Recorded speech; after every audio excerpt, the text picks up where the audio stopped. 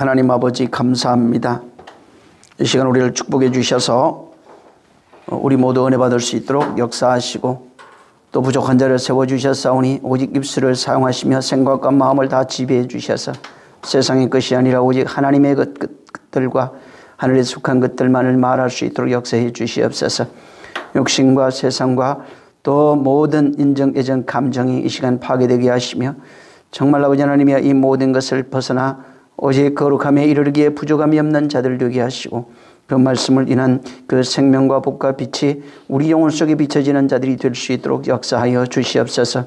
어둠이 다 깨어지게 하시고 더러움과 초함과 악함과 모든 세상에 속해 있는 요소가 다 부서지는 역사 있게 도와주시옵소서.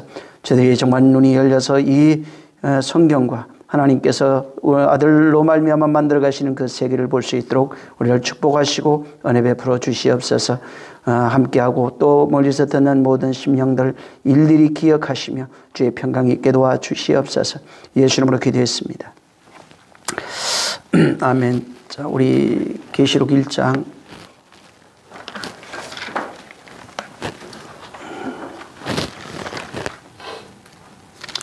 12절부터 20절. 자, 같이 읽습니다. 자, 시작. 몸을 돌이켜 나더러 말한 음성을 알아보려고 하여 돌이킬 때에 7 급천대를 보았는데 촛대 사이에 인자 같은 이가 발에 끌리는 옷을 입고 가슴에 금띠를 띠고 그 머리와 털에 희기가 흰 양털 같고 눈 같으며 그의 눈에 불꽃 같고 그의 발은 풀무에 단련한 빛간 주석 같고 그의 음성은 맑은 물소리 같으며 그 오른손에 7 별이 있고 그 입에 좌우에 날생 검이 나오고 그 얼굴은 해가 힘있게 비치는 것 같더라. 내가 볼 때에 그 발 아래 엎드려 죽은 자들 같이 되매 그가 오른손을 내게 던져 가라사대 두려워 말라. 나는 처음이요 나중이니 곧 산자라. 내가 전에 죽었노라. 볼지어다 이제 세세토록 살아있어 사망과 엄부의 열쇠를 가졌노니 그러므로 내 본 것과 이제 있을 일과 장차 될 일을 기록하라. 내 본 것은 내 오른손 7별의 비밀과 7 금촛대라. 7별은 7 교회의 사자요 7 촛대는 7 교회니라. 아멘.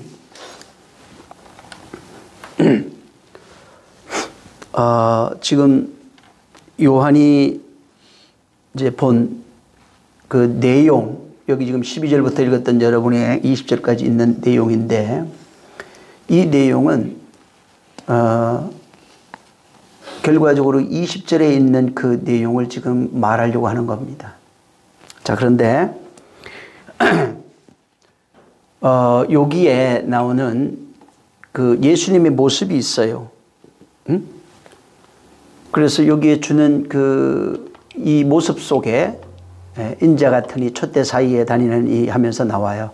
여기에 모습과 그 모습은 예수님의 모습인데 이것은 그 모습 속에 담긴 의미가 있고 그 내용이 바로 그 속에 담겨 있는 겁니다. 자, 근데 요한이 뭐라고 얘기를 하고 있냐면 7 금촛대 사이에 다니는 인자 같으니라 이렇게 이제 묘사를 했어요. 근데 이 인자 같은 이가 금방 말씀드린 것처럼 7 금촛대 사이에 다니시는 분입니다. 네? 이게 굉장히 중요합니다. 7 금촛대 사이에 다니시는 예수님의 그 모습을 이게 묘사하고 있고 이 모습을 통해서 무엇을 우리에게 주려 하는 겁니다. 그래서 7 금촛대 사이에 다니는 그 7과 인자가 관련이 있는 겁니다. 그래서 7이라고 하는 것은 성경에도 이미 말하고 있지만은 그 약속, 창조라고 하는 그 약속과 그다음에 완성의 그 언약이 여기에 담겨 있는 겁니다. 창조와 완성이라고 하는 그 언약을 담고 인자 같으신 이가 촛대 사이를 이제 왕래하십니다. 그리고 그 손에 촛대를 붙잡고 있는 7 별, 7 그 다음에 교회 일곱 사자, 일곱 촛대 얘기하죠. 그래서 이 얘기를 지금 여기에 요한이 본 것을 써놓은 겁니다. 자, 일곱이라고 할 때 일곱 금촛대 사이에 다니는 인자를 여기에 묘사하고 있는데, 일곱이라고 할 때 그 일곱은 창세기에 이미 뭘 얘기라고 하냐면 일곱의 언약이 창세기에 있습니다. 지난주에 오후에 제가 잠깐 말씀을 드렸지만은 일곱이라고 하는 그 언약 속에서 하나님의 안식에 들어가는 자들이 나오고, 그리고 사람을 하나님이 만들었을 때 그 사람에게 하늘에서 내려오는 영이 있어야 호흡하는 자, 하늘로 호흡하는 자가 되는 그런 모습들을 거기에 담아둔 겁니다. 그래서 창세기에 일곱이라고 하는 언약을 말씀해 주시고, 그 다음에 이 계시록에는 그 일곱이라고 하는 언약이 어떻게 완성되어져 가는지, 어떻게 이것이 펼쳐지는지에 대한 내용을 함축해서 자세하게 이것을 설명해 놓은 것입니다. 그래서 하나님의 그 약속 혹은 언약이라고 하는 이것이 예수 그리스도의 십자가와 그 다음에 그 성령을 받은, 성령을 보내주셨는데, 십자가와 성령을 통해서 우리에게 그 성령을 보내주셨는데, 십자가를 통해서 부활하시고 하늘로 가시면서 그 성령으로 말미암아 교회를 만들어 가시는 그 말씀이 여기에 담겨 있는 겁니다. 그래서 일곱 언약과 예수 그리스도의 십자가, 그 다음에 죽음과 부활을 통한 거죠, 십자가에는. 그 다음에 그것을 통해서 우리에게 성령을 보내주시고, 성령으로 창세기에 있는 일곱 언약이 어떻게 우리 안에서 완성되는지에 대한 내용을 말하는 겁니다. 그래서 이 성경에 하나님을 알파와 오메가라 이렇게 말합니다. 자, 이 창세기를 말하면은 처음입니다. 그게 알파예요. 계시록이 오메가라고 할 수 있어요. 하나님의 첫 언약은 창세기에 펼쳐져 있고 거기는 비유로 되어 있습니다. 그 다음에 그 약속이 예수 그리스도라고 하는 그 매개체를 통해서 그의 은혜입니다. 그를 통해서 우리에게 성령을 보내주시고 성령으로 어떻게 우리 안에서 완성되어지는지가 이 지금 계시록에 담겨 있는 겁니다. 그래서 창세기와 계시록을 짝이라고 합니다. 창세기의 내용이 보이면 계시록도 보인다고 얘기를 하고 있고, 계시록의 내용이 보이면 창세기도 보인다고 말하고 있는 겁니다. 근데 창세기와 계시록이 말하고 있는 것은 예수 그리스도 안에서, 이 성경은 예수 그리스도에 대해서 말한다고 말합니다. 예수 그리스도 안에서 교회를 만드시는 그 내용을 여기에 바로 담고 있는 것입니다.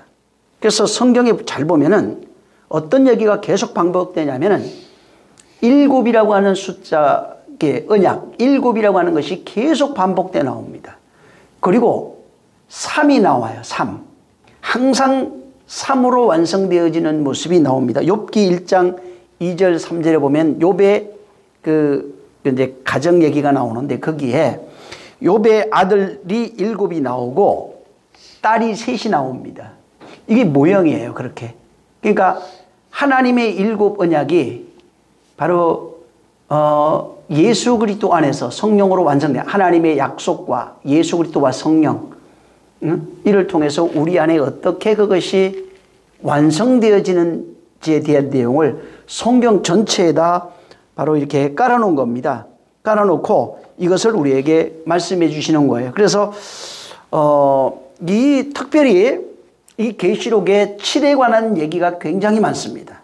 뭐 전에도 얘기했지만 일곱 인, 일곱 나팔, 일곱 대접 하면서 계속해서 이 계시록에는 일곱 교회, 여기 지금 20절에 일곱 별과 일곱 금촛대에 대한 얘기를 합니다. 이게 이제 교회에 관한 얘기라 이렇게 말씀했어요. 그래서 교회와 그의 사자들에 관한 얘기입니다. 자, 근데 이 7별과 7금초대, 예? 이것을 세 가지로 우리에게 말씀하고 있는 거예요. 이것이 어떻게 이루어지는지. 그래서 하나님의, 아까도 얘기했지만 성부 하나님의 약속과 예수 그리스도의 성취와 그 다음에 성령으로 말미암아 우리 안에 완성되어지는 이것을 여기에 말하고 있는데, 이 모습을 계시록에는 세 종류로 나옵니다. 7인, 7나팔, 7대접, 이렇게 세 개로 나옵니다. 그 세 가지의 약속이 하나님으로부터 흘러나와서 우리 안에 완성되어지는 겁니다. 그래서 이것이 세 번, 7인이 세 개고, 7나팔이 세 개고, 7대접이 세 개예요. 그렇게 세 개라 이 말이에요. 7인, 7나팔, 7대접, 이렇게 세 개라 이 말이에요. 그래서 이 세 개를 세 번씩, 세 번을 7번을 세 번을 이렇게 보여주면서 이것이 어떻게 하나님의 약속이 부어지고 있고, 그것이 부어졌을 때 어떤 일이 일어나고 또 어떻게 완성되어지는지를 보여주고 있는 겁니다.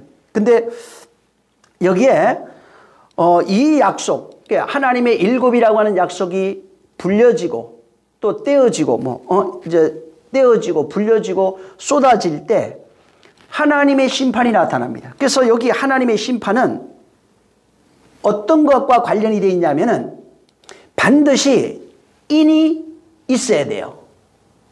그 다음에 나팔이 있어야 되는 겁니다. 그 다음에 대접이 있어야 되는 겁니다. 근데 사람들이 지금 잘못 알고 있는 게, 지난번에도 제가 한번 말씀을 드렸습니다. 무슨 얘기냐면은 하늘에서 그 나팔이 불려지고 이 세상에 인이 떼어지고 나팔이 불려지고 대접이 쏟아져서 지구가 멸망하고 우주가 멸망하고 이렇게 봅니다. 근데 저번에 제가 말씀을 드렸어요. 이거 아니라고.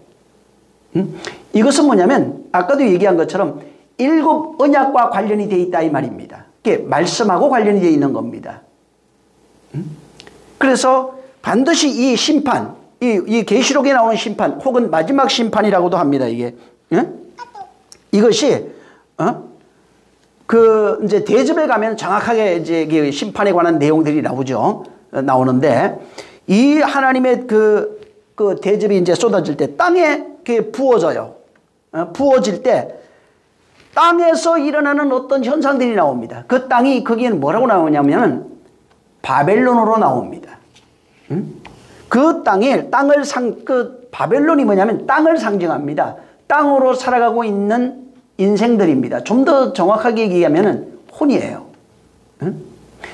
율법으로 살아가고 있는 그 혼입니다. 근데 그것이 이제 쏟아질 때 바벨론 성이 무너지는 내용이 거기 나와요. 무슨 얘기냐면 반드시 이 심판도 마찬가지인데 말씀과 관련이 되어 있어요. 그래서 거기에 말씀이 떼어지는 곳에서 일어나는 일이고, 나팔이 불려지는 곳에서 어떤 일이 일어나는 것이고, 그 다음에 대접이 쏟아지는 곳에서 바로 어떤 일이 일어나는 겁니다. 그래서 대접에는 바벨론 성이 무너지면은 어린 양의 혼인잔치라고 하는 하나 되는 모습이 거기에 나옵니다. 바벨론 성이 무너져야 돼요. 자, 근데 혼인잔치에 참여하는 자가 복되다고 나옵니다. 그러니까 혼인잔치에 참여를 해야 돼요. 바벨론 성이 무너져야 돼요. 이건 대접하고 또 관련이 있단 말이에요. 이렇게. 근데 그것이 심판이에요. 근데 그 심판을 받으려면 하늘에서 쏟아지는 것이 있어야 돼요. 마지막 날에 별이 쏟아지고 막 태양이 깨지고 이런 것을 말하는 게 아니라 어린 양의 혼인잔치에 뭐가 참석한다 이 말이에요. 그들이 관련이 있는 겁니다. 그것을 하는 목적, 그렇게 바벨론 성을 무너뜨린, 대접이 쏟아져서 바벨론 성이 무너지는 그 목적이 뭐냐면 어린 양의 혼인잔치에 참여하는 자들을 만드는 겁니다. 그래서 거기에 하나 되는 어린 양의 그 혼인잔치라고 그럴 때 그게 세마포 쓰고 들어간다 이렇게 생각하는데 그게 아니라 그리스도와 하나 된 모습을 말합니다. 혼인잔치라고 하는 것은 여러분이 지금 만들어져가는 그것이 혼인이에요. 하나 되는 과정을 말합니다. 그리스도와 하나 된 것이 결혼이고 혼인입니다. 이 땅에서 하는 거예요.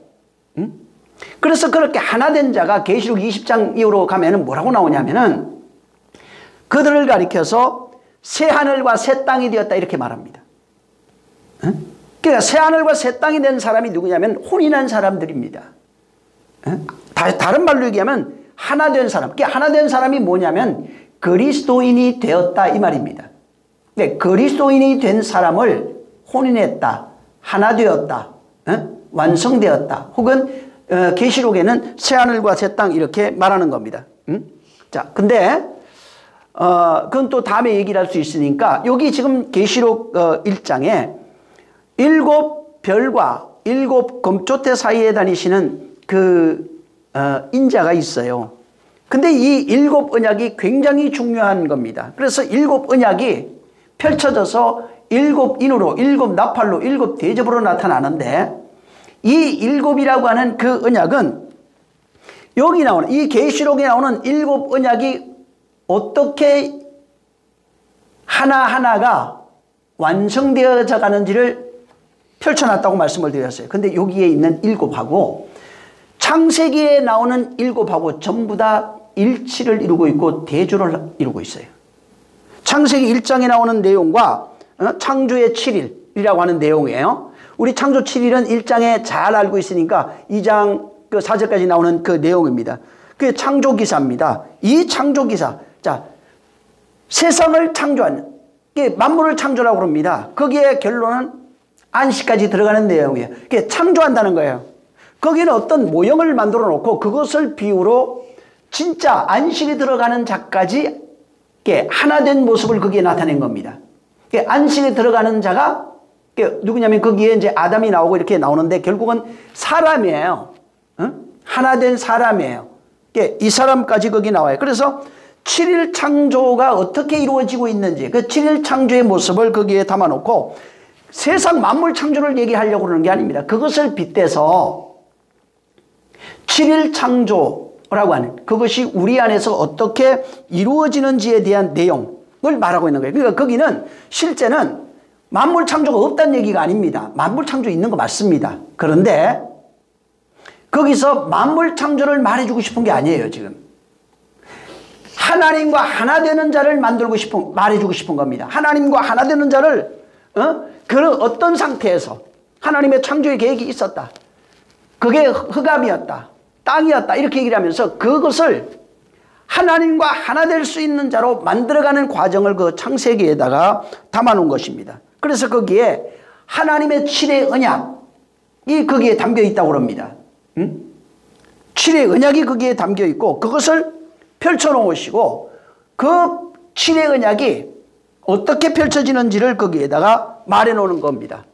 그 내용을 이 성경 전체는 7의 언약이 어떻게 사람 속에 이루어져 가는지 이스라엘이라고 하는 모형을 갖다 놓고 혹은 사람들 이런 모형을 갖다 놓고 그것이 어떻게 이루어지고 완성되어지는 데에 대한 내용을 말하고 있고 특별히 이 신약 성경과 이 계시록 같은 데는 하나님의 그 7의 언약 이것이 완성되어진 곳이 어디냐? 교회다 이렇게 말합니다. 그래서 그를 믿는 자, 부르는 자 이렇게 나와요. 그를 어떻게 교회로 완성시키는지 어떻게 그를 만들어가는지에 대한 내용을 바로 이 성경에다가 펼쳐놓고 그것을 보게 한 겁니다. 여러분 그 창세기 1장에 한번 볼까요? 1장에 지난번에도 보긴 했으니까 많이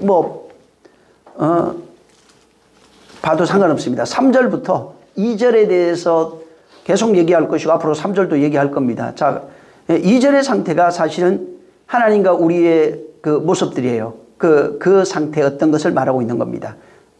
자, 땅에 대한 그 모습을 말하고 있고 자, 3절부터 한번 5절을 한번 읽습니다. 시작.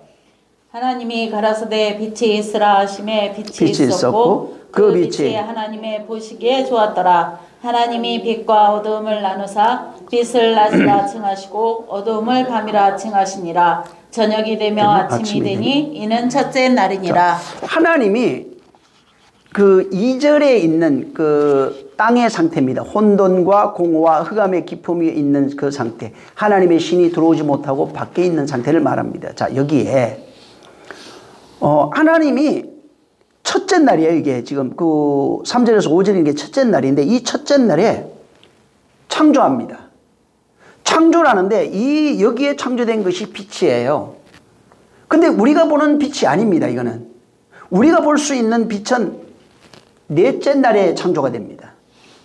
그러니까 여기 성경대로 1장을 봐도 만약에 첫째 날이라고 하려면 우리가 하루 이틀, 우리는 지금 해와 달을 기점으로 하루 이틀 하잖아요. 왜? 그렇게 하려면은 창세기 그 넷째 날에 지어졌던 해와 달 별이라고 하는 이것이 제일 앞에 나와야 됩니다. 그래야 하루 이틀 이렇게 돼요. 그러니까 여기 하루라고 하는 개념도 우리가 생각하는 해가 지고 저녁이 되고 아침이 되고 하루 이런 어떤 개념이 아니에요. 그러니까 해가 져서 달이 뜨고 그 다음에 새벽이 오고 이런 개념이 아니고 여기 하루라고 하는 여기에 이것은 하나님의 개념이에요. 그래서 첫째 날은 빛이 있어라 한다 이 말이에요. 첫 번째 그분이 하신 날 첫째 날 하시게 빛이 있어라 하시는 거예요. 그래서 여기에 창세기 첫날은 주제가 뭐냐면 빛이에요. 창세기 첫날 나타나는 그것이 바로 빛입니다. 그래서 이 빛을 얘기를 하는 게 뭐냐면 하나님이 잘 들으세요. 하나님이 교회에 빛을 주겠다는 내용이에요. 하나님이 교회에 빛을 준다는 것입니다. 그리고 그 빛을 통해서 우리 안에 교회는 우리입니다. 나예요. 빛의 기둥을 세우겠다는 얘기를 하고 있는 겁니다. 빛의 기둥이 세워지면 하루예요. 빛을 통해서 낮과 어둠이 갈려지면 낮과 밤이 갈려지면 이게 하루예요. 근데 그 빛이 비춰야 되는 겁니다. 그러니까 오늘날 하루를 살지 못하는 사가 수두룩한 겁니다, 지금. 자, 하루는 반드시 빛이 있어야 되는 거예요.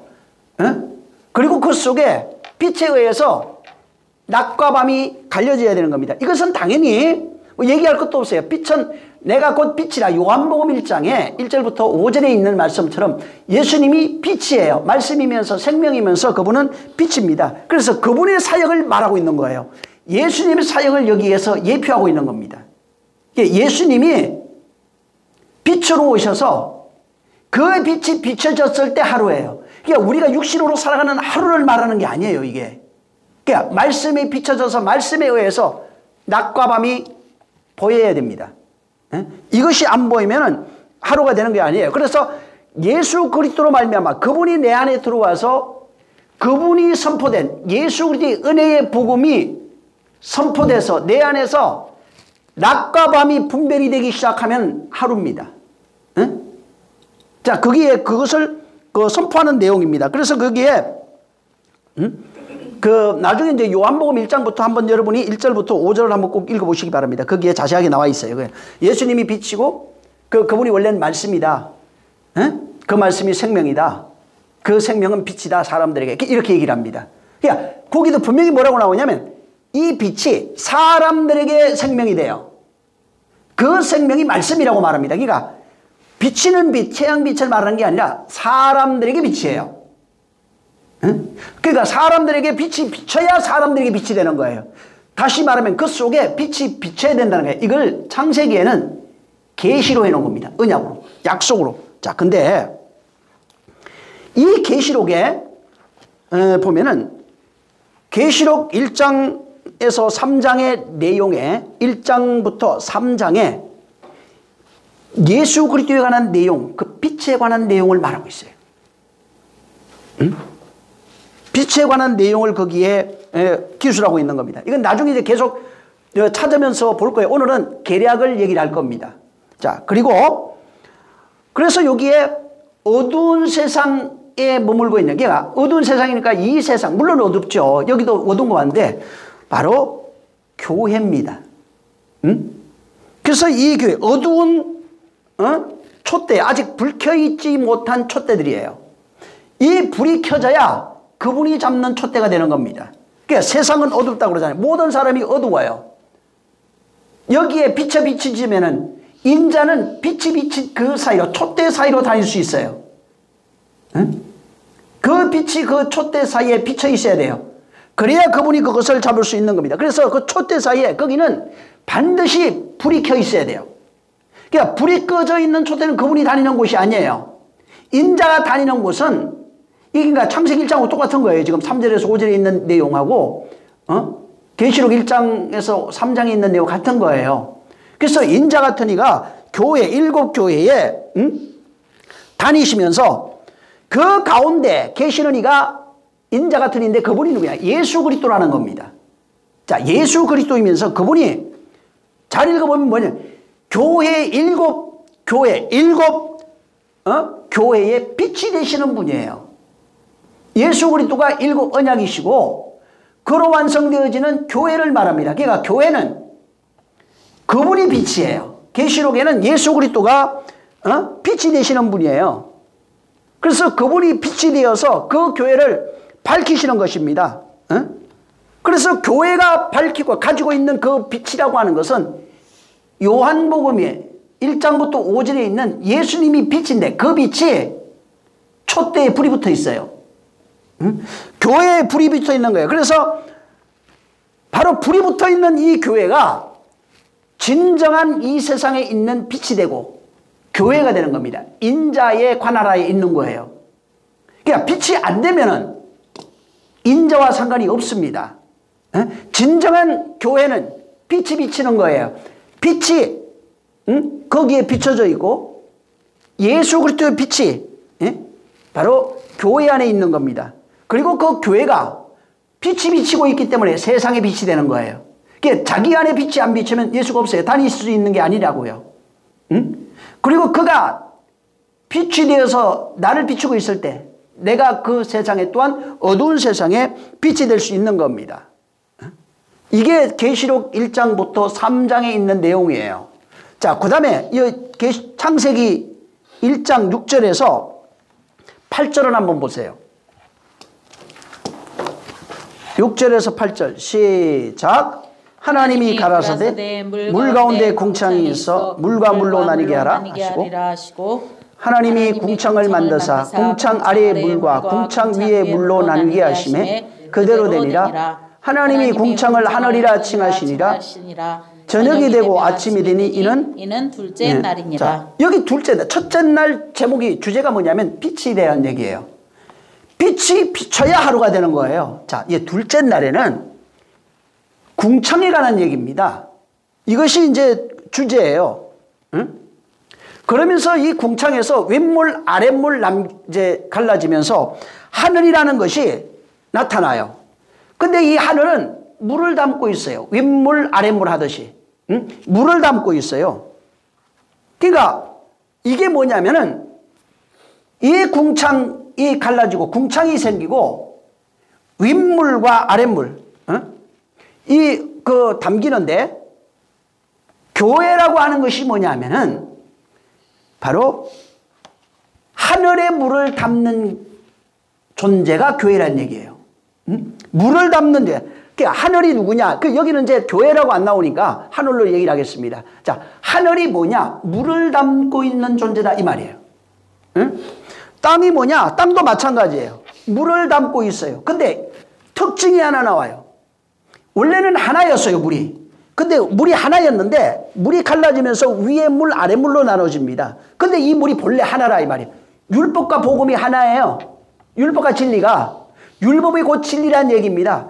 선악과와 생명과가 하나예요. 이 얘기를 하고 있는 거예요. 그래서 여기에 물이 갈라지면서 궁창이 생겼고 바로 원래 물, 그 속에 있는 하늘의 물입니다. 그 하늘의 물.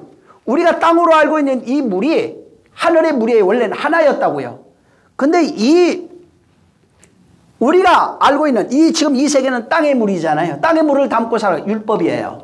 자, 본래는 하늘의 물인 진리를 담아서 땅으로 살아가는 존재가 둘째 날입니다. 그러니까 둘째 날은 뭐냐면 땅의 물을 통하여 하늘의 물을 볼 수 있어야 돼요. 하늘의 물을 궁창에 담고 그 다음에 그것을 땅에 흘려줄 수 있는 바로 존재라고 하는 것을 선포하고 있는 내용이에요. 이 땅에 있는 존재가 반드시 윗물과 아랫물로 나눠지고 궁창의 세계를 가지고 있는데 혼입니다. 하늘에 물을 담는 게, 그러니까 사람은 하늘에 물을 담아야 돼요. 하늘에 물을 담고 땅으로 흘려줄 수 있어야 돼요. 근데 문제는 뭐냐면 인간은 하늘에 물이 없다는 겁니다. 그래서 그러면 하늘의 물을 담아 땅에 흘려주는 존재가 누구예요? 예수 그리스도예요. 거기도 예수 그리스도예요. 그러니까 하늘의 물을 담아 오셔서 이 땅에 하늘의 물이 없는 자들에게, 땅의 물로만 살아가는 자들에게 하늘의 물을 넘겨주고 바로 하늘의 물로 살 수 있도록 만들어주는 예수 그리스도의 사역을 여기에서 말하고 있는 겁니다. 이것을 여기에서 바로 선포하고 있는 거예요. 근데 이 내용이 자 계시록에 가면 4장 1절부터 시작해서 많으니까 그건 굉장히 많아서 나중에 여러분이 보시면 돼요. 오늘 얘기하는 걸 잘 적어놨다가 한번 읽어보시면 됩니다. 1절부터 8장 2절까지 내용이에요. 여기에 바로 하늘에서 본 땅의 모습이에요.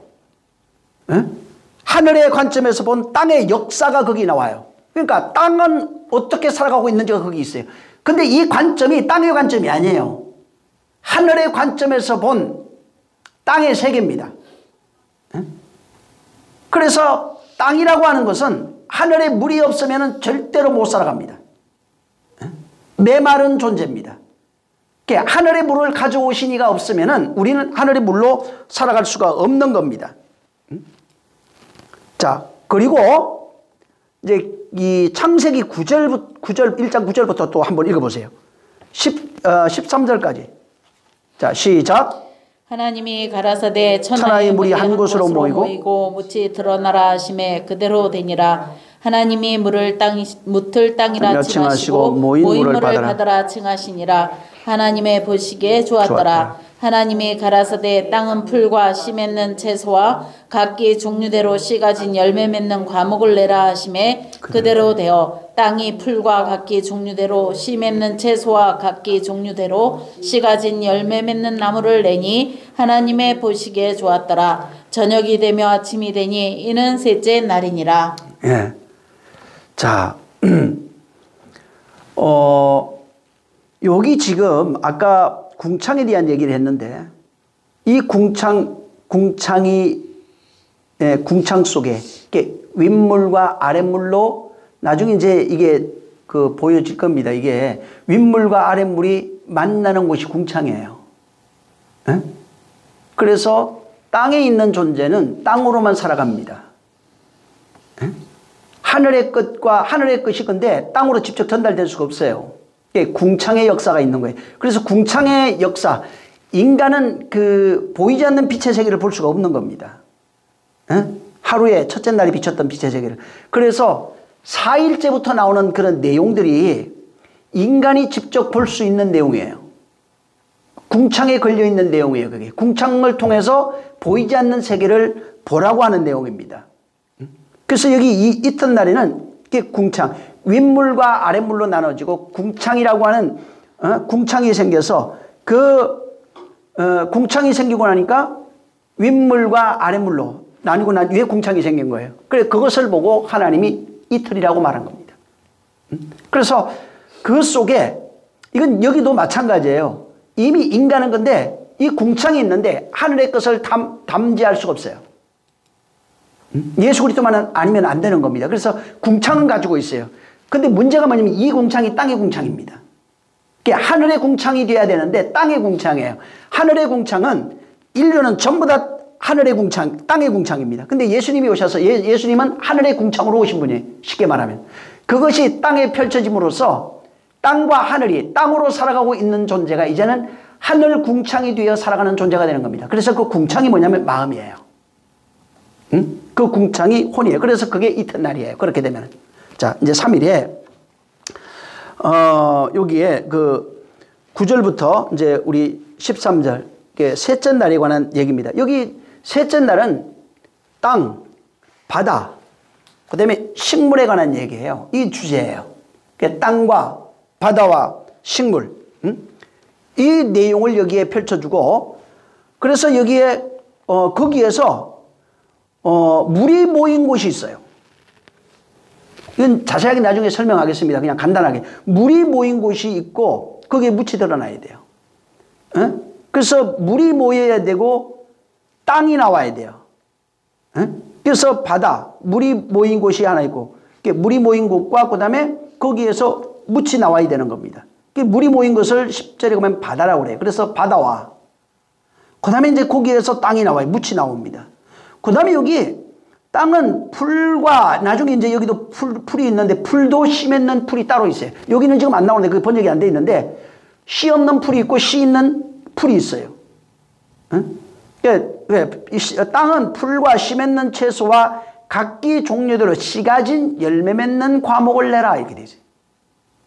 풀이 나오고 씨가 나오고 그 다음에 과목이 나와요. 그리고 땅이 풀과 각기 종류대로 응? 풀과 각기 종류대로 씨 맺는 채소와 각기 종류대로 응? 그러니까 풀도 각기 종류대로 씨 맺는 채소도 각기 종류대로 씨 가진 열매 맺는 나무를 내니 하나님이 보시기에 좋았더라. 그러니까 이 물이 모여 있어야 되고 그 다음에 거기에 묻이 드러납니다. 그 다음에 여기에 채소 씨가지가 있는 것 씨가 없는 것 이것에 대한 내용이에요. 근데 여기에 이 내용이 계시록에는 7 나팔의 환상을 통해서 계시된 땅 거기 보면 땅이 나와요. 땅이 황폐하고 막 이런 게 나와요. 바다 뭐 3분의 1 이런 것도 나와요. 그러니까 땅과 바다와 바로 물질의 세계를 거기에 보여주고 있어요. 그러니까 여기에 있는 그 내용은 거기도 똑같이 바다, 땅, 그 다음에 이 물질의 세계 뭐 거기에 나무도 나오고요. 풀 그것도 똑같이 나옵니다. 거기도 풀도 있고 감옥도 있고 나무들도 있고 막 나무가 막 타고 그래요. 3분의 1씩 날아가고 막 합니다. 다. 그 내용을 거기에다가 그대로 담아놓은 겁니다.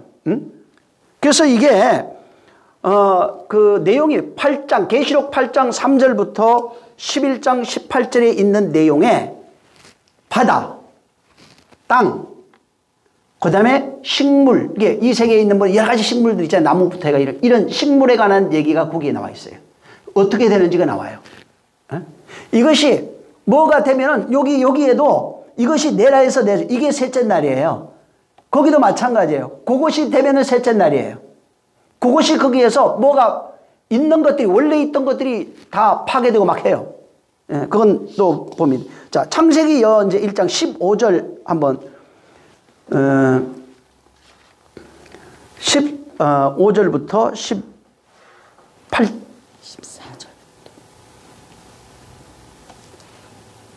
14절부터 19절. 네, 14절부터 우리 19절까지 보죠.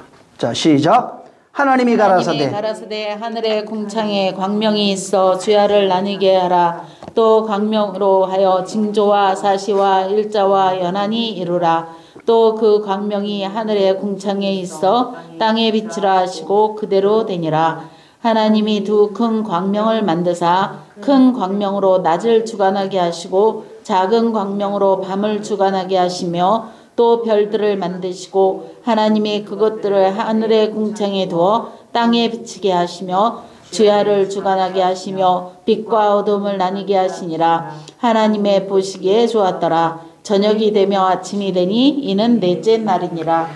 여기 지금 14절 굉장히 중요합니다. 이게 있어요. 여기 보면은 하나님이 하늘의 궁창에 광명이 있어야 돼요. 그 다음에 주야로 나뉘게 하라. 또 그 광명으로 하여 이 광명도 우리가 다시 들어가 보면 좀 내용이 달라요. 그 광명으로 여기 발광체 뭐 이런 게 나와요. 여러분 저 태양은 발광체가 아니에요. 아무튼 뭐 여기 지금 그 주야를 나뉘게 하라. 또 그 광명으로 하여 징조와 징조가 있어요. 어떤 거 표 사시와 그 다음에 일자와 사시 뭐 사계절 뭐 절기 이렇게 나옵니다. 나중에 들어가보면 이것도 일자 날이라고 하는 게 이게 이제 요모로 나와요.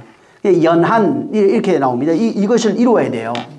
이 네 가지가 있어야 돼요.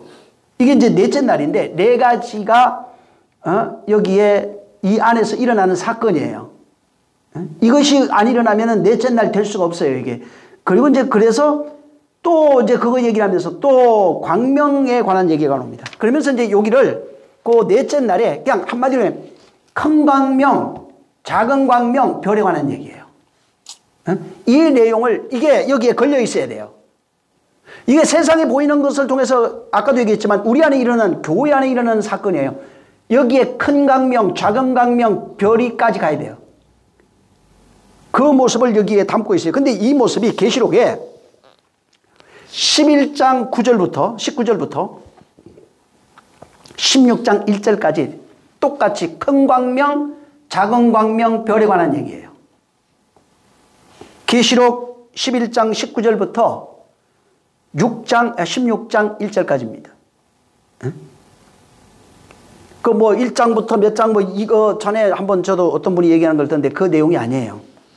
완전히 다릅니다. 자, 그래서 거기에 큰 광명이 어떻고 작은 광명이 어떻게 별 되는 거 이런 거 다 나옵니다. 거기에 어떻게 완성되는지 이것이 뭔지를 거기에 설명하고 있어요. 그리고 이제 한번 그 계시록 12장을 한번 볼까요? 창세기 여기 와서 읽을 거니까 또 놔두고요. 자, 계시록 12장. 자, 1절부터 한번 4절까지만 읽습니다. 자, 시작.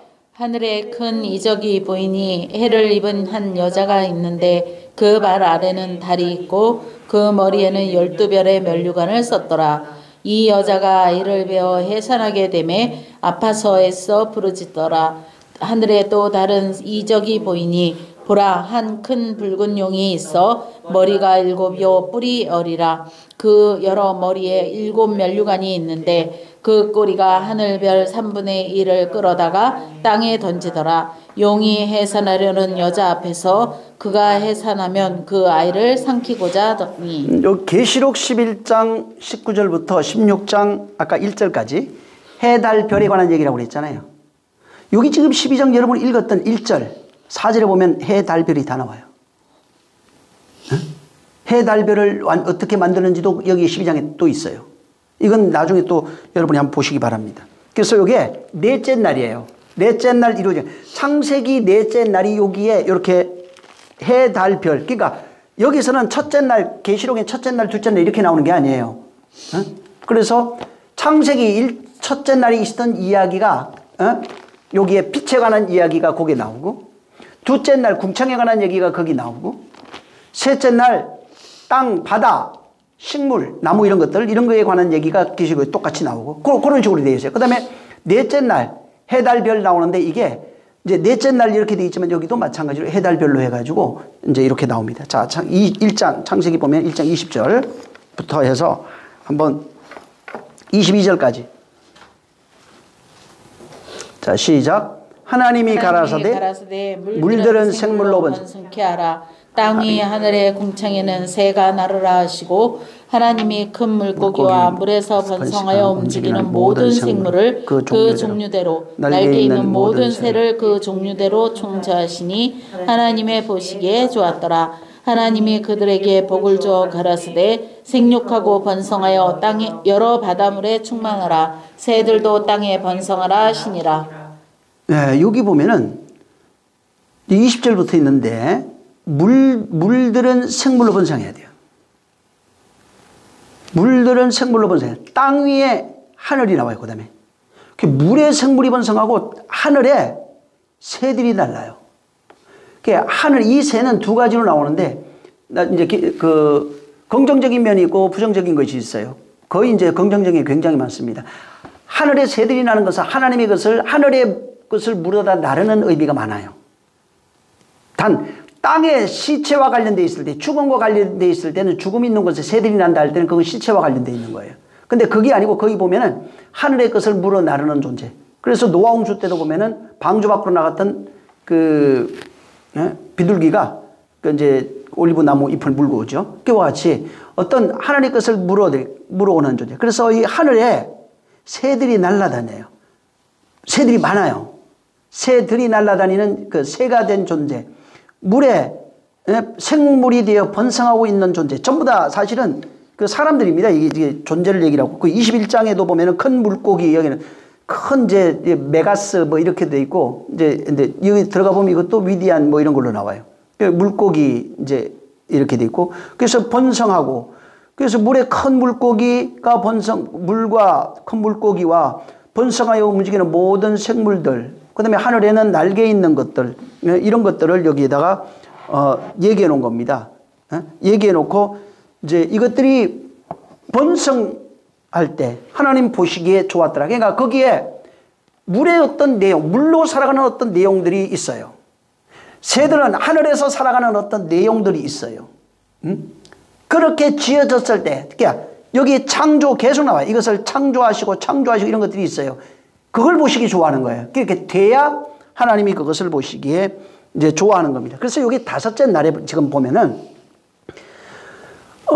물에서부터 이게 물에서부터 우글거리는 것, 생물들, 이것들이 태어나고 죽고 하늘의 새들이 만들어지고 태어나서 죽고 뭐 이런 내용들이 여기에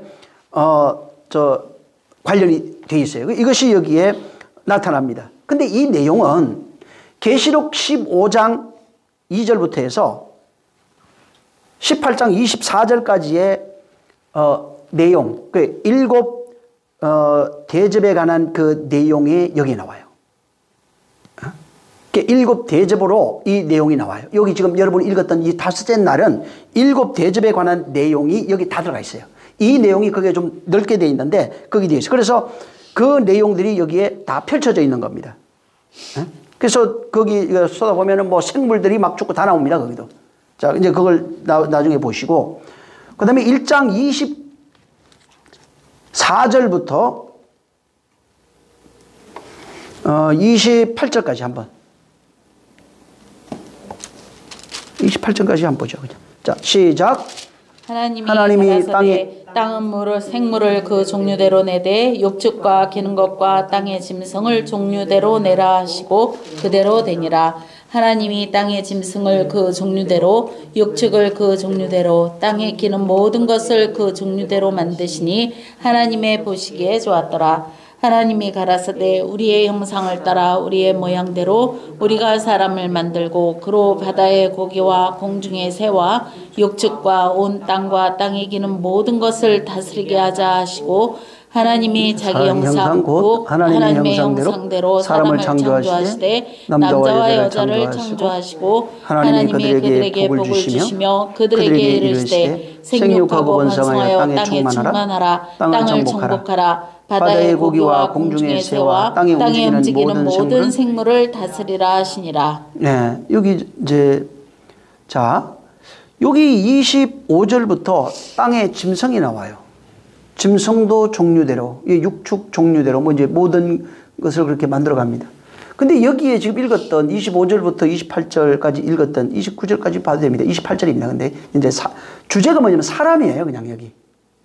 사람, 짐승, 이제 그런 것이 이제 주제인데, 주제는 그냥 사람이에요. 사람을 만드는 내용을 여기에 짐승을 같이 만들어 놓고, 나중에 이제 이게 뭐냐면 짐승이 사람 되는 얘기입니다. 그 얘기를 하는데, 그래서 짐승을 여기 넣어놓고, 여기 주제는 사람이 되어지는 겁니다. 사람을 만드는 내용을 여기에, 다룬 겁니다. 근데, 이 계시록 19장 1절부터 21장 8절에 보면은, 바로 그 엄녀가 나와요. 여기에 엄녀에 의해서 그 타락한 인간의 모습들, 엄녀에 의해서 타락한 인간의 모습, 그 타락한 인간이 어떻게 회복이 되고, 그 다음에 사단이 어떻게 심판받고, 그리고 그 타락한 그 교회가 회복된 모습, 새 하늘과 새 땅입니다. 새 하늘과 새 땅. 그러니까 엄녀에 의해서 타락한 그 사람들, 인간을 거리고 있고 그것이 어떻게 회복이 되고, 그 다음에 마귀가 어떻게 심판받고, 그리고 회복된 그 인간, 그 사람을 새 하늘과 새 땅이라 이렇게 새 하늘과 새 땅으로 회복되었다라고 이제 거기에 그 21장에 보면 나와 있어요. 21장 8절까지 내용이 19장 1절부터 21장 8절까지 내용이 그 내용이에요. 그래서 여기 지금 다섯째 날, 여섯째 날 있는 그 사람 만드는 이야기인데, 이 사람이 여섯째 날에 창조되는데 사람은 계시록에 보면 이렇게 창조되는 거야. 이게 사람이야. 새하늘과 새 땅이 된 것을 사람이라고 말합니다. 그 다음에 이제 이 2장 1절부터 이제 3절에 보면은 안식, 여기에 이제 영원 혹은 안식과 관련이 되어 있어요, 여기는. 그게 이제 일곱째 날이라고 그러는데, 제7일은 여호와의 안식이다, 영원한 안식이다, 뭐 이렇게 되어 있습니다. 근데 이 계시록에 이 2장 1절부터 3절에 있는 하나님의 안식에 관한 얘기가 나오는데, 이것을 계시록에 어떻게 표현해놨냐면은 새 예루살렘, 영원한 새 예루살렘으로 표현해 놓고, 거기에 새하늘과 새 땅이 된 사람이 거기에 들어가서 영원한 안식을 누리는 내용으로 설명되어 있어요. 응? 거기에 내용이 그거예요. 그러니까 거기에, 그래서 새하늘과 새 땅이 된 그 사람이 새 예루살렘이다. 이 새 예루살렘이 하나님의 영원한 안식에 들어간다는 내용입니다. 그리고 7개의 환상, 이제 여기 우리 보면은 7인, 7 나팔, 7 대접이라고 그럽니다. 이것이 뭐냐면, 그렇게 첫째 날부터 7일을 7인, 7 나팔, 7 대접을 쏟으면서 창세기 7일로 언약했던 그 약속이 역사 속에서, 혹은 나의 역사입니다. 우주적 역사도 맞겠지만은 실제적인 역사는, 이것이 밖에 있는 우주적 역사는 나와 상관없는 얘기입니다. 그러니까 내 안에 7의 언약이 어떻게 들어와서 어떻게 창조되어지는지가 여기에 있는 그 내용이에요. 그래서 계시록에는 그 7의 언약이 내 안에 들어와서 점진적으로 나를 영원한 언약으로, 영원한 안식으로 끌고 들어가는 그 모습이고, 새하늘과 새 땅을 만들어 새 예루살렘이 되는 그 모습으로 이렇게 표현해 놓은 겁니다. 표현해 놓고, 바로 여기에 가장 핵심적인 것이 뭐냐, 너희가 이렇게 만들어져 가고 창조되어져 가는 거기에 가장 핵심적인 것이 금초대와 7별 사이를 다니는 인자 같은 이예요. 그래서 예수 그리스도의 죽음과 부활과 성천과 강림, 죽음과 부활과 성천과 강림, 이 강림이 성령으로 임하시는 내용이에요. 그래서 그가 오셔서 이 계시록에 나와 있는 7가지 언약이 이렇게 펼쳐져 있는데, 그 7가지 언약을 그분에 의해서 대접이 쏟아지고, 거기에 인이 떼어지고 나팔이 불려지고 대접이 쏟아짐으로써 성도를 교회로 완성시키는 그 모습을 바로 상징적으로 만들어 놓은 겁니다. 그러니까 이것은 계시록에 있는 모든 내용이 내 안에서 일어나는 이야기입니다. 내 안에서 되어지는 얘기예요. 그래서 이건 언제냐면 예수 그리스도의 죽음과 부활이에요. 여기까지는 모든 사람, 예수 믿는 사람이나 안 믿는 사람이나 다 합니다. 이건 몸바뀌기예요. 근데 여기에 강림이 있는데, 강림이 먼 훗날 어느 날이라면 나와 상관없어요. 왜 그러냐면 그 강림은 역사적 어느 때 오실 수 있죠. 당연히 오실 겁니다. 오시는데 문제는 그것이 아니라, 그 강림이 언제 일어나면, 우리 계시록 1장 계속 얘기했죠. 1장 1절부터 얘기했는데, 그의 강림이 마지막 때를 말합니다. 마지막 때, 종말의 때를 살고 있는 성도를 가리킵니다. 그러니까 죽음과 부활은 다 합니다. 근데 강림은 마지막 때, 종말을 살고 있는 성도들에게 안에서 일어나는 내용이에요. 그것이 어떻게 되어지냐면, 내 아버지의 약속하신 성령을 기다리라. 그가 오시면 내가 너희 안에 있는 것을 그날에 알리라. 그래서 성령의 강림부터 창조는 믿는 자들 속에만 일어나는 얘기입니다. 그래서 강림이 되어 창조가 시작되는 그때 성령으로 되는 겁니다. 이게 첫째 날부터 되어지는 것이 강림과 바로 창조의 시작이에요. 그래야 완성이 되는 겁니다. 그래서 계시록에는 그 강림부터 바로 완성되는 모든 내용, 7일의 완성의 내용을 이렇게 풀어놓은 겁니다. 풀어놓고 우리 안에서 만들어가는 그 내용을 여기에 펼쳐놓은 겁니다. 이게 그러니까 몸 밖에 있으면 안 되는 거예요. 그러니까 많은 사람들이 얘기하듯이 예수님이 죽었죠. 알죠. 이걸 안 믿는 자도 압니다. 부활했어요. 안 믿는 자들 중에 절반은 압니다. 이거 인정하는 사람이 있어요. 아, 부활하셨나 보지 뭐 그 얘기가 있었으니까. 안 믿는 사람도 있죠. 그러니까 죽은 거는 온 인류가 다 알고 부활한 거는 한 반밖에 몰라요. 근데 강림은 지극히 적은 수가 알아요. 이거는 그를 믿는 자들만 알아요. 강림은 성령이 오셔서 성령으로 그분이 안에 계신 것을 아는 자들만 고백할 수 있는 게 강림이에요. 지금 사순절에서 우리 그 지난 주간에도 그 부활절 했잖아요. 진짜 부활의 내용을 알면은 찬양 안 할 수가 없고 감사 안 할 수가 없고 정말 그분과 하나 된 것이 얼마나 기쁘고 영광스러운지 알 수 있습니다.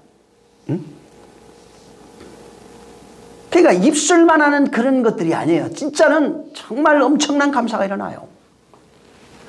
그래서 여기에 그분이 오셔야 비로소 계시록에 나오는 불이 켜져 있는 촛대 사이로 다니시는 인자가 그 교회를 만들어 가시고 역사하시기 시작하는 것입니다.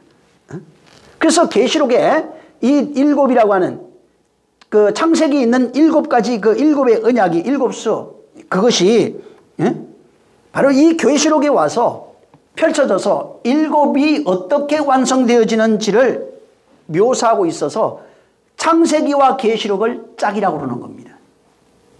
창세기가 다르고 계시록이 다른 게 아니에요. 창세기는 계시록은 창세기를 바로 풀어놓은 겁니다. 그래서 계시록 안에 그리스도의 그 복음의 역사, 진리의 역사가 아주 풍성하게 기록이 되어 있는 거예요.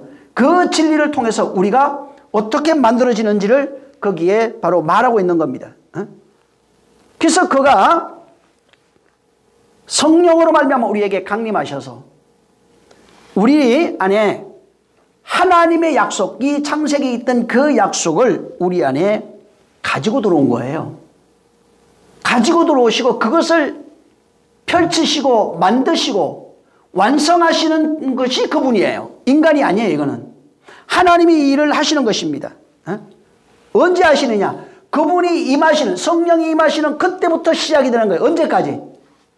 내 인생이 펼쳐져 있는 동안에 순종하는 사람은 빨리 될 것이고 그분에게 이끌리는 사람은 빨리 될 것이고 불순종하고 자기의 생각대로 사는 사람은 늦게 될 겁니다. 성령의 음성을 듣지 못하는 사람은 당연히 늦게 되겠죠. 왜? 성령의 음성을 듣는 사람은 빠를 것이고 듣고 순종하는 사람은 빠를 것이고 들어도 순종하는 사람은 안 될 것이고 늦어질 것이고 왜? 순종할 때까지 기다려야 되니까. 뭐 당연한 얘기 아니에요. 못 듣는 사람은 더 늦어질 것이고 들릴 때까지 또 기다려야 되니까.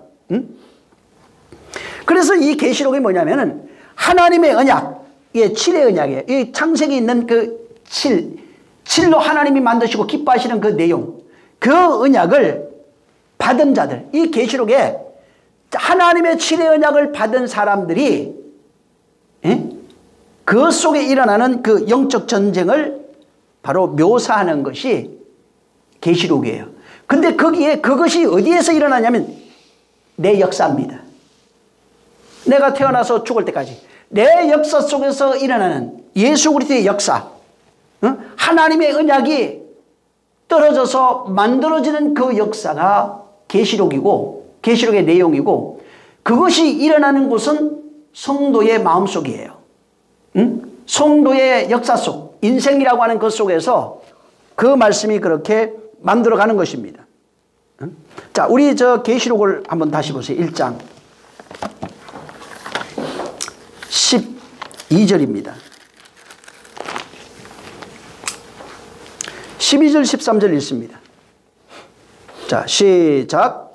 몸을 돌이켜 나더러 말하는 음성을 알아보려고 하여 돌이킬 때에 7 금촛대를 보았는데 촛대 사이에 인자 같은 이가 발에 끌리는 옷을 입고 가슴에 금띠를 띠고. 자, 제가 이제 7일에 대해서는 여러분이 이걸 잘 이해해야 됩니다. 이거는 여러분이 이거 적어놓으세요. 첫째 날 일어나는 거, 둘째 날 이거를 적어놓으면 굉장히 좋아요. 그래서 그것이 계시록에 어떤 것과 연결이 되어 있는지를 보고 또 보세요. 이게 굉장히 중요해요. 그걸 알면 이제 들어가기가 쉬워요. 이 계시록을. 그래서 첫째 날 사건이 계시록 어디에? 둘째 날 사건은 또 어디에? 그러면서 이렇게 첫째 날 읽어보고 그 계시록 첫째 날 보면 돼요. 또 둘째 날 보고 또 계시록 둘째 날 이렇게 보세요. 한 번씩 꼭 읽어보시기 바랍니다. 자, 12절 13절에 보면 요한이 예수님을 봐요. 인자 같은 이라고 이제 여기 돼 있어요. 인자 같은 이 예수님의 모습이 뭐냐면 7 금초대 사이에 저 사이에 계시는 모습이에요. 인자는 어디에 있어요 지금? 사람들은 저 멀리 어디 그러는데 지금 여기 요한이 본 모습은 그게 아니라 인자 같은 이가 예수는 지금 예수 그리스도예요. 예수 그리스도는 어디에? 7 금초대 사이에 다니시는 분이에요. 응? 저 멀리 어디에 저 지구를 넘고 별들을 넘고 물론 그럴 수도 있을 거예요. 뭐 근데 물질 세계는 안 계셔요. 이미 영의 세계로 들어갔는데. 응? 근데 물질 세계 뭐 어디라고 그러긴 하는데 그건 전혀 맞지는 않습니다. 그건 아니고 지금 예수님 인자 같으냐고 하는데 예수 그리스도예요. 나중에 이제 예수 그리스도 나와요. 자, 인자인데 인자가 예수 그리스도인데 이분이 지금 7 금초대 사이에 다니시는 분이에요. 응? 근데 이게 어디에 나오냐면 스가랴서에 그대로 나와요. 스가랴서 4장 2절을 한번 읽어보세요. 응?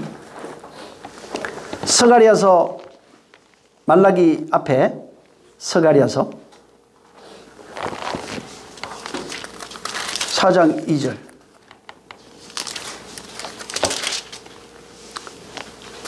자, 시작. 그가 내게 묻되 내가 무엇을 보았느냐? 내가 대답하여 내가 보니 순금 등대가 있는데 그 꼭대기에 주발 같은 것이 있고 또 그 등대에 7 등잔이 있으며 그 등대 꼭대기 등잔에는 7 관이 있고. 네.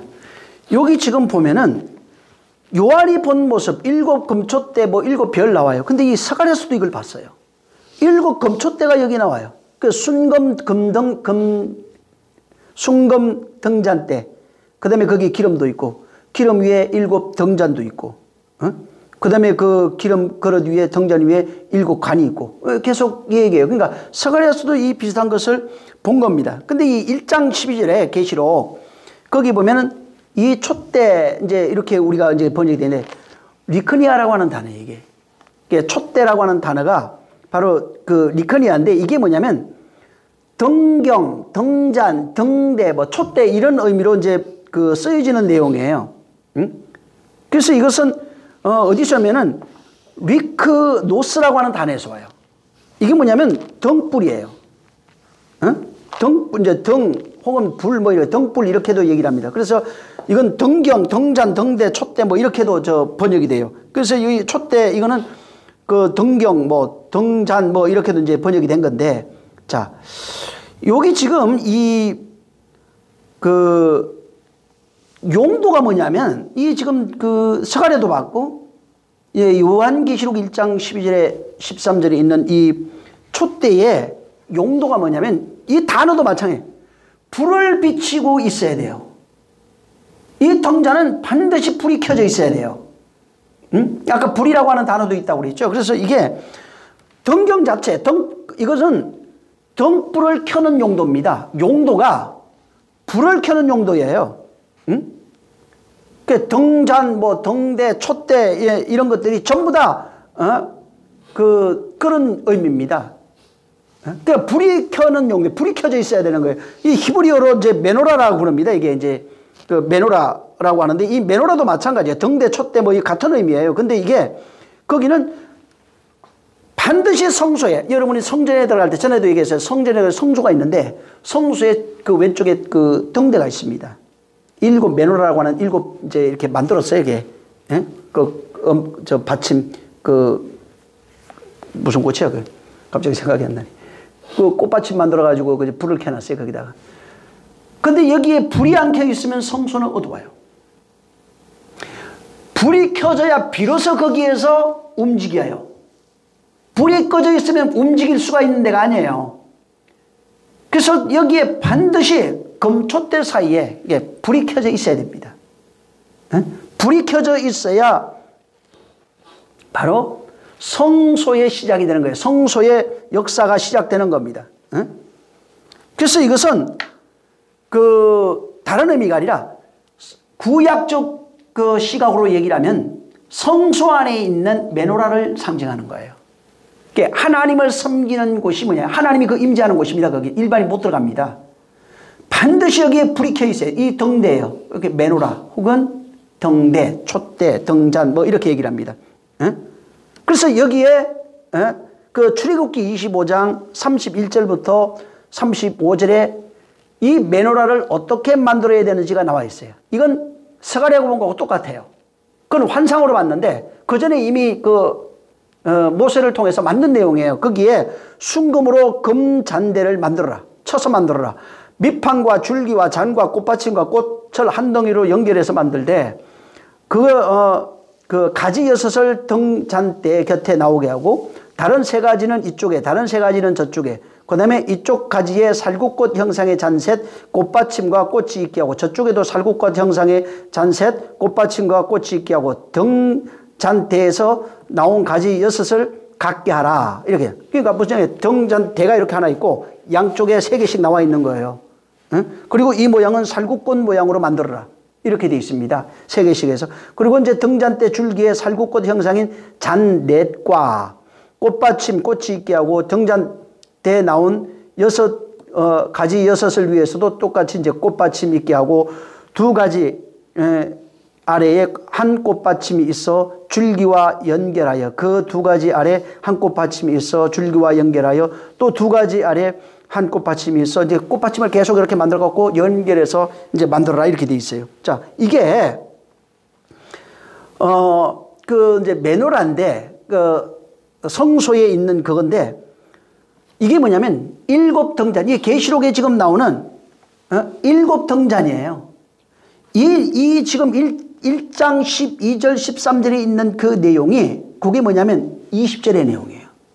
자, 20절 한번 읽어보세요. 계시록 1장 20절. 7금촛대 이게 나와요, 거기에. 자, 그 내용이 7등잔 나와 있죠. 7금촛대, 7등잔이 뭔지가 나와요. 자, 시작. 네 본 것은 내 오른손에 7별의 비밀과 7금촛대라. 7별은 7교회의 사자요 7촛대는 7교회니라. 예, 여기에 보면은 여기 7 촛대가 나오죠. 12절 13절에 이제 촛대가 나오는데 이 촛대가 있는데 이 촛대는 20절에 그게 뭔지를 말해주고 있어요. 7 오른손에 7별의 비밀이 있어요. 그 다음에 7금촛대가 있어요. 7별은 7교회 사자예요. 사람이에요. 사람이 별이에요. 그 다음에 7금촛대는 교회입니다. 7 교회를 말하는 겁니다. 그런데 이 7교회 그러니까 물론 여기 계시록에 나와 있는 7교회가 있어요. 소아시아에 있는 그 교회가 있는데 이것만을 얘기를 하는 게 7 언약을 받은 모든 교회를 상징합니다. 이거는. 7이라고 하는 것은 7 언약을 받은 교회, 존재, 사람을 얘기를 하고 있고 그러면 7 언약을 받은 모든 사람들이 교회가 되는 겁니다. 7 언약을 가지고 있어야 교회. 그래서 이것은 당시에 있던 7 교회만을 말하는 게 아니에요. 지금까지 2000년이 흘렀는데 2000년 동안 7 언약을 받은 그 사람들, 거기에 불이 켜져 있는 사람들은 7 교회예요. 이 사람들에게 약속하는 겁니다. 그래서 7 교회는 하나님의 7 언약을 받은 사람들, 모든 사람을 상징하는 겁니다. 그리고 7 등잔 나오는데 이게 7 등잔이 성소에서 성소안을 밝히는 겁니다. 7 등잔에 불이 켜져 있으면 이게 뭐냐면 율법 안에 있는 모든 세계들입니다. 우주예요, 다. 마음을 우주라 그러기도 하잖아요, 왜? 그래서 그 7등잔, 성소에 있는 7등잔이 그 성소를 밝히듯이 여기 있는 7 언약이라고 하는 이것이 우리 안에 켜져 있어야 성소를, 이 혼이에요.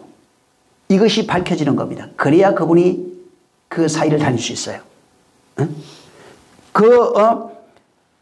교회를 밝히는 등불을 말합니다. 이것을 마태복음 5장에는 너희가 세상의 빛이니 이렇게 말했어요. 빛이 된 존재. 하나님의 언약을, 7 언약을 가지고 있는 존재가 빛이에요. 그 마태복음에는 10을 하나로 완성한 자들입니다.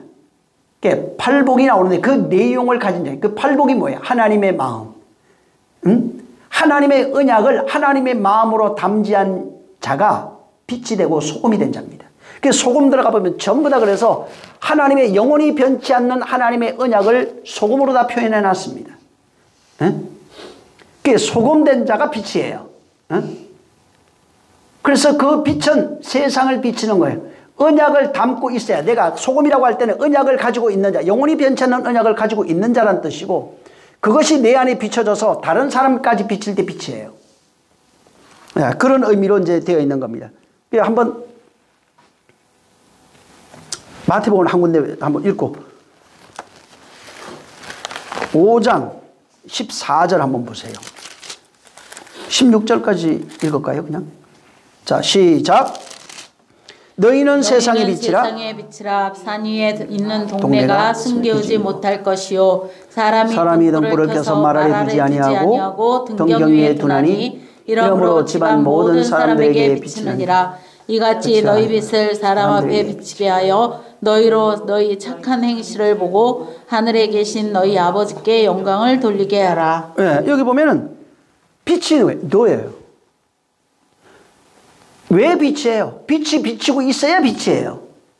빛이 없는 사람은 빛이 아니에요. 근데 그 빛을 요한복음 1장에는 말씀이라고 그래요. 예수 그리스도예요.